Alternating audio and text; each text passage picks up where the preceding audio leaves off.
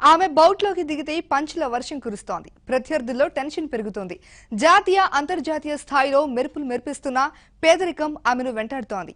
ఆర్థికంగా చేతునిస్తే దేశ ఖ్యాతిని పెంచుతానంటున్న విశాఖ యంగ్ బాక్సర్ అరుణపై స్పెషల్ స్టోరీ.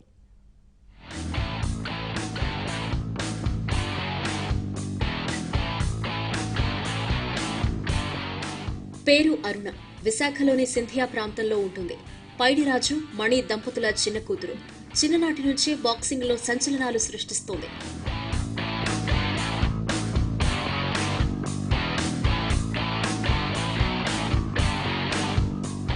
అరుణను బాక్సర్ను చేయాలని పైడిరాజు కోరిక. అందుకు తగ్గట్టే అరుణ చురుకైన అమ్మాయి. ఇంటికి దగ్గరలో ఉన్న Hindustan shipyard recreation club లో బాక్సింగ్ లో శిక్షణ ఇప్పించేందుకు అరుణను చేర్పించారు.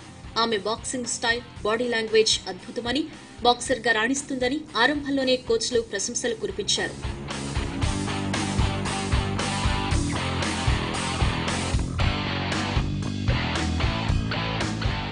తర్వాత విశాఖలోని సాయి అకాడమీలో అరుణ చేరింది. అంతర్జాతీయ స్థాయిలో నిర్వహించిన బాక్సింగ్ పోటీల్లో కాంస్య పథకం సాధించింది.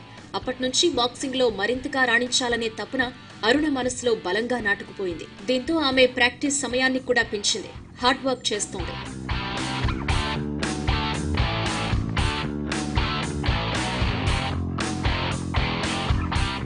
కోల్కతాలో 2017లో జరిగిన ఇంటర్నేషనల్ ఈవెంట్లో, ఆ తర్వాత జరిగిన మరో ఈవెంట్లోనూ అరుణ స్వర్ణ పతకాలు సొంతం చేసుకుంది.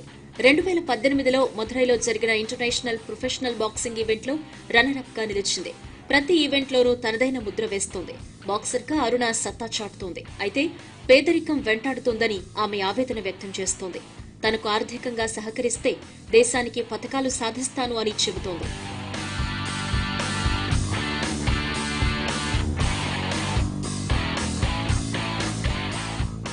అరుణను బాక్సింగ్ లో తీర్చిదిద్దేందుకు ఆమె తల్లిదండ్రులు చాలానే శ్రమించారు. అయితే ఆమె తండ్రి రోడ్డు ప్రమాదంలో గాయపడ్డాడు. తల్లి ఆరోగ్యం సహకరించడం లేదు. అయినా బాక్సర్ గా సత్తా చాటాలనే పట్టుదలతో ఉంది అరుణ. ఆర్థిక కష్టాలు ఇబ్బంది పెడుతున్నాయి. బంధువుల సాయంతో ఇప్పటి వరకు నెట్టుకొచ్చాను అని చెబుతోంది. ప్రభుత్వ సాయం కోరుతోంది అరుణ. నాకు ప్రభుత్వం నుంచి అంటే ఏ విధంగా కూడా అవకాశం, అంటే ఆర్థికంగా ఫ్యామిలీ ప్రాబ్లమ్స్ కూడా ఎక్కువ. ఫాదర్ అంటే తన వర్క్ కూడా ఎక్కువ చేయలేరు. తనకి ఫిజికల్గా కూడా చాలా ప్రాబ్లమ్స్. 4 times యాక్సిడెంట్ కూడా జరిగింది డాడీకి. మదర్కి కూడా హెల్త్ ప్రాబ్లము. మదర్ కూడా వేరే వాళ్ళ దగ్గర వర్క్ చేసి మమ్మల్ని ఇంతవరకు బాగా సపోర్ట్ చేసి ఇంతవరకు చేశారు. కానీ ఇప్పటి నుంచి చేయలేకపోతారేమో, చేయలేరు కూడా. డాడీకి కూడా ప్రాబ్లం, హెల్త్ బాగా. మమ్మీ కూడా బాగాలేదు. మమ్మీ డాడీ ఇంట్లో ఉండడం వల్ల నాకు సపోర్ట్ ఎవరు ఉండట్లేదు. ఇక్కడ నేను చాలామందికి కలిసాను, ఎమ్మెల్యేలు అందరికీ. కానీ ఎవరి సపోర్ట్ నాకు ఇవ్వకపోవడం వల్ల ఇంతవరకు మా కోచెస్ తీసుకురావడం నిజంగా ఎస్వి రమణ, రామారాణ్య, హరియన్య అందరూ ఉండడం వల్ల నేను ఇంతవరకు వచ్చాను.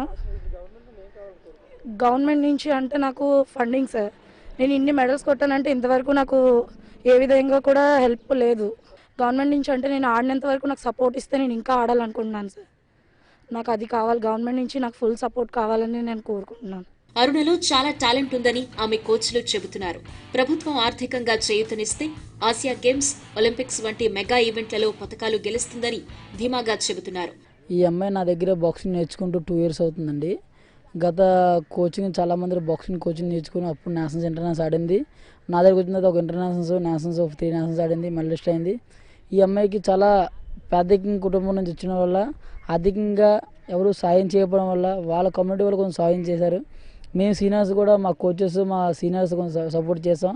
ఈ అమ్మాయికి గవర్నమెంట్ నుంచి ఇటువంటి ఆర్థిక సాయం కల్పించిన ఒక international Asian games, Commonwealth games, Olympic ఆడే స్టేజ్కి వెళ్ళే తరపు మేము తయారు చేసే మా బాధ్యత మాది.